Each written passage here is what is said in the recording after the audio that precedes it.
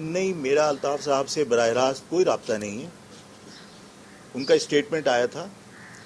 جو میرے گھر کی تربیت ہے تو ظاہر ہے میں نفع نقصان کی پرواہ کیے بغیر اخلاقی طور پر میری ذمہ داری بنتی تھی کہ انہوں نے اگر مذمت کی تھی، کوئی بھی کرتا، میری گرفتاری کی مذمت کی تھی تو میں ان کا شکریہ ادا کر دوں. اچھا، میں صرف گرفتاری کی مذمت کی وجہ سے شکریہ ادا نہیں کر رہا تھا، بلکہ مجھے یہ لگتا تھا کہ جو میں نے موقف اختیار کیا تھا، اگر اس موقف کے اوپر میری گرفتاری ہوئی ہے اور اس موقف کی پر گرفتاری ہونے پر کوئی مذمت کر رہا ہے تو وہ میرے موقف کی حمایت کر رہا ہے کہ اس کا موقف درست تھا، تو اس پہ میرا شکریہ ادا کرنا بنتا تھا.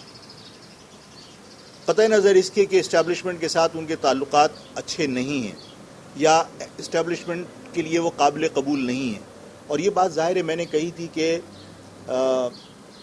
میں نے جو بات ایک عرصے سے میں نے کہی ہے، میں اللہ کا لاکھ لاکھ شکر ہے کہ میں اپنی بات پر قائم رہنے کی پوری کوشش کرتا ہوں. میں نے کہا تھا کہ الطاف صاحب مہاجر پالیٹکس پر اگر واپس آتے ہیں اور وہ پاکستان آ جاتے ہیں، پاکستان میں پاکستانی پاسپورٹ پر پاکستان آ جاتے ہیں اور پاکستان میں رہ کر مہاجروں کے حقوق کی جدوجہد کا وہ اعلان کرتے ہیں، تو میں ان کا استقبال کرنے چاہوں گا. اور میں ان الفاظ سے پھرا نہیں ہوں، میں ان الفاظ پر قائم ہوں.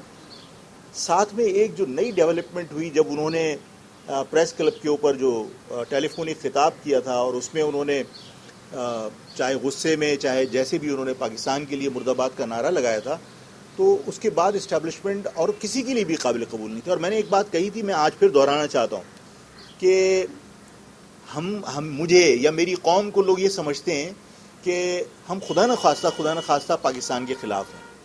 تو میں نے یہ کہا تھا کہ الطاف حسین صاحب کو میں بہت اچھی طریقے سے جانتا ہوں.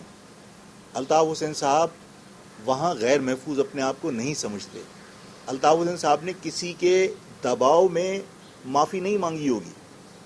یہ میری مہاجر قوم کا دباؤ تھا کہ یہ قبول نہیں ہے، اس لیے کہ یہ میرے باپ داداؤں کا بنایا ہوا وطن ہے.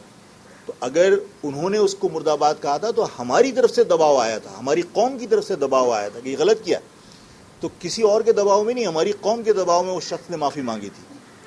تو اسٹیبلشمنٹ کو اس بات کو ریئلائز کرنا چاہیے.